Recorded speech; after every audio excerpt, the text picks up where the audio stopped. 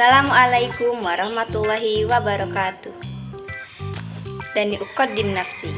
Izin memperkenalkan diri. Nama saya Erna Novita.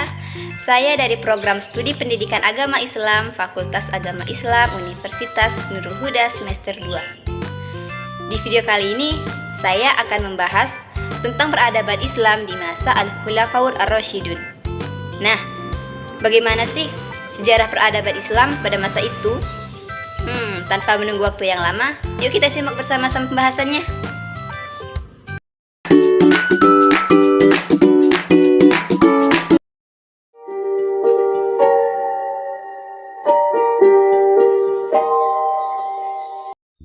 Perkembangan peradaban Islam pada masa Al-Khulafaur Ar-Rasyidin. Yang pertama ada perkembangan peradaban Islam pada masa Khalifah Abu Bakar As-Siddiq. Abu Bakar As-Siddiq sendiri memiliki nama lengkap yaitu Abdullah ibnu Abi Khalifah At-Tamimi, yang mana di zaman pra-Islam bernama Abdullah ibnu Ka'bah, kemudian diganti oleh Nabi menjadi Abdullah. Ia termasuk salah seorang sahabat yang utama, yang mana ia memiliki gelar As-Siddiq karena ia selalu membenarkan Nabi dalam berbagai peristiwanya, terutama peristiwa Isra Mi'rajnya Nabi Muhammad SAW. Jadi Nabi Muhammad seringkali menunjuknya untuk mendampinginya di saat penting atau jika berhalangan. Dan Rasul tersebut mempercayainya sebagai pengganti untuk menangani tugas-tugas keagamaan beliau. Masa awal pemerintahan Abu Bakar banyak diguncang oleh pemberontakan orang-orang murtad yang mengaku-ngaku menjadi nabi dan mereka enggan untuk membayarkan zakat. Karena hal inilah, Khalifah lebih memusatkan perhatiannya memerangi para pemberontak. Maka karena hal tersebut dikirimlah pasukan untuk memerangi para pemberontak ke Yamamah. Dalam insiden itu, banyak para hufadil Quran yang mati syahid. Kemudian karena khawatir hilangnya Al-Quran, Sayyidina Umar mengusulkan pada Khalifah untuk membukukan Al-Quran. Kemudian untuk merealisasikan saran tersebut, maka diutuslah Zaid bin Sabit untuk mengumpulkan semua tulisan Al-Quran, yang mana pola pendidikan Khalifah Abu Bakar masih seperti Nabi, baik dari segi materi maupun lembaga pendidikannya. Abu Bakar menjadi Khalifah hanya selama 2 tahun saja. Pada tahun 634 Masehi, ia meninggal dunia. Selain menyelesaikan masalah-masalah yang terjadi di dalam tubuh umat Islam, Abu Bakar juga mengembangkan wilayah keluar Arab.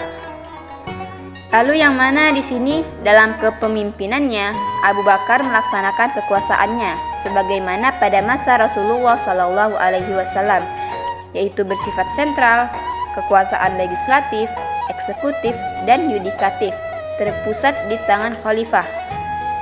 Meskipun demikian, khalifah juga melaksanakan hukum. Seperti juga pada masa Nabi Muhammad, Abu Bakar selalu mengajak sahabat-sahabat besarnya untuk selalu bermusyawarah. Yang kedua, perkembangan peradaban Islam pada masa Khalifah Umar ibnu Al-Khattab.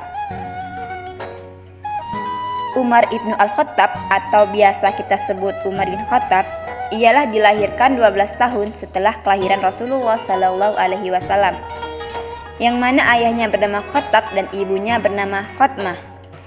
Perawakannya tinggi besar dan tegap dengan otot-otot yang menonjol dari kaki dan tangannya, jenggot yang lebat dan berwajah tampan, serta warna kulitnya coklat kemerah-merahan.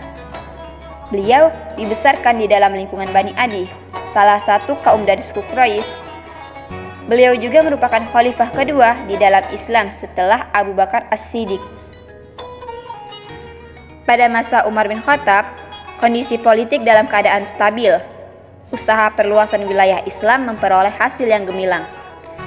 Wilayah Islam pada masa Umar bin Khattab meliputi Semenanjung Arabia, Palestina, Syria, Irak, Persia, dan Mesir. Pada hari Rabu, bulan Zulhijjah tahun 23 Hijriah, Umar bin Khattab pun wafat. Beliau ditikam ketika sedang melakukan sholat subuh oleh seorang majusi yang bernama Abu Lu'lu'ah, budak milik Al-Mughirah bin Syu'bah, yang mana diduga ia mendapat perintah dari kalangan majusi. Umar bin Khattab dimakamkan di samping Nabi SAW dan Abu Bakar As-Siddiq. Beliau wafat dalam usianya 63 tahun. Umar dikenal sebagai seseorang yang pandai dalam menciptakan peraturan, karena tidak hanya memperbaiki bahkan mengkaji ulang terhadap kebijakan yang telah ada. Khalifah Umar juga telah menerapkan prinsip demokratis dalam kekuasaan, yaitu dengan menjamin hak yang sama bagi setiap warga negaranya. Ketiga, perkembangan peradaban Islam pada masa Khalifah Utsman bin Affan. Khalifah Utsman bin Affan atau yang memiliki nama lengkap Utsman ibnu Affan ibnu Abdul As ibnu Umayyah dari pihak Quraisy, ia adalah pemeluk Islam lantaran ajakan Abu Bakar dan menjadi salah seorang sahabat dekat Nabi. Masa pemerintahannya adalah yang terpanjang dari semua khalifah di zaman Al-Khulafaur Ar-Rasyidin, yaitu selama 12 tahun. Tetapi sejarah mencatat tidak seluruh masa kekuasaannya menjadi saat yang baik dan sukses bagi beliau sendiri. Para pencatat sejarah membagi masa pemerintahan Utsman ibnu Affan menjadi 2 periode. 6 tahun pertama merupakan masa pemerintahan yang baik dan 6 tahun terakhir adalah merupakan masa pemerintahan yang buruk. Salah satu faktor yang menyebabkan banyak rakyat kecewa terhadap kepemimpinan Utsman adalah kebijakannya mengangkat keluarga dalam kedudukan yang tinggi. Yang terpenting di antaranya adalah Marwan ibnu Hakam. Dialah pada dasarnya yang menjalankan pemerintahan, sedangkan Utsman hanya menyandang gelar khalifah. Namun meskipun demikian, tidak berarti bahwa pada masanya tidak ada kegiatan-kegiatan yang penting. Utsman berjasa membangun bendungan untuk menjaga arus banjir yang besar dan mengatur pembagian air ke kota-kota. Dia juga membangun jalan-jalan, jembatan-jembatan, masjid, dan memperluas masjid di Madinah. Adapun prestasi yang terpenting bagi Khalifah Utsman sendiri adalah menulis kembali Al-Quran yang telah ditulis pada zaman Abu Bakar, yang pada waktu itu disimpan oleh Hafsah binti Umar. Adapun manfaat dibukukannya Al-Quran pada masa Utsman adalah: yang pertama, menyatukan kaum muslimin pada masa satu macam mushaf yang seragam ejaan tulisannya. Yang kedua, menyatukan bacaan, kendati pun masih ada perbedaannya, namun harus tidak berlawanan dengan ejaan mushaf Utsmani. Dan yang terakhir, menyatukan tertib susunan surat-surat menurut tertib urut yang kelihatan pada mushaf sekarang ini. Situasi politik pada masa akhir pemerintahan Utsman semakin mencekam dan timbul pemberontakan-pemberontakan yang mengakibatkan terbunuhnya Utsman.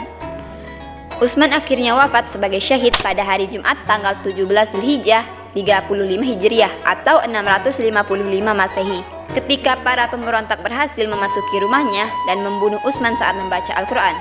Persis seperti yang disampaikan Rasulullah SAW perihal kematian Utsman yang syahid nantinya. Beliau pun dimakamkan di pekuburan Baqi di Madinah. Keempat, ada perkembangan peradaban Islam pada masa Khalifah Ali bin Abi Thalib. Peristiwa pembunuhan Utsman mengakibatkan kegentingan di seluruh dunia Islam yang waktu itu sudah membentang sampai ke Persia dan Afrika Utara. Pemberontak yang waktu itu menguasai Madinah tidak mempunyai pilihan lain selain Ali bin Abi Thalib menjadi khalifah. Waktu itu, Ali berusaha menolak, tetapi Zubair bin Awam dan Thalha bin Ubaidillah memaksa beliau, sehingga akhirnya Ali menerima baiat mereka.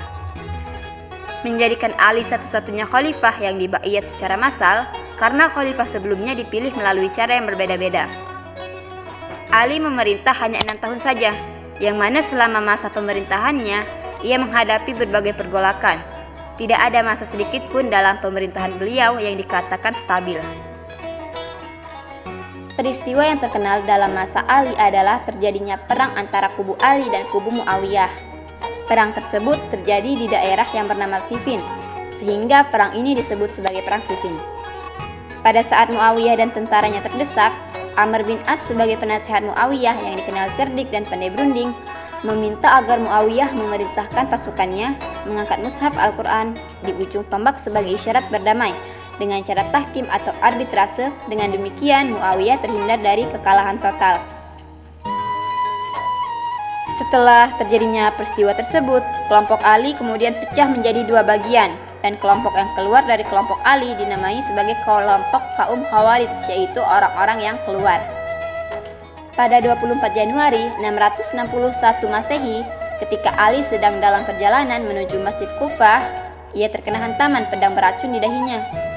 Pedang tersebut yang mengenai otaknya diayunkan oleh seorang pengikut kelompok Khawarij, Abdul Al-Rahman ibnu Muljam, yang ingin membalas dendam atas kematian keluarga seorang wanita temannya yang terbunuh di Nahrawan. Nah, itu tadi pembahasan kita terkait tentang sejarah peradaban Islam pada masa Al-Khulafaur Ar-Rasyidin, yang semoga dalam pembahasan tadi bisa menambah wawasan kawan-kawan sekalian. Saya akhiri dan saya ucapkan Assalamualaikum warahmatullahi wabarakatuh.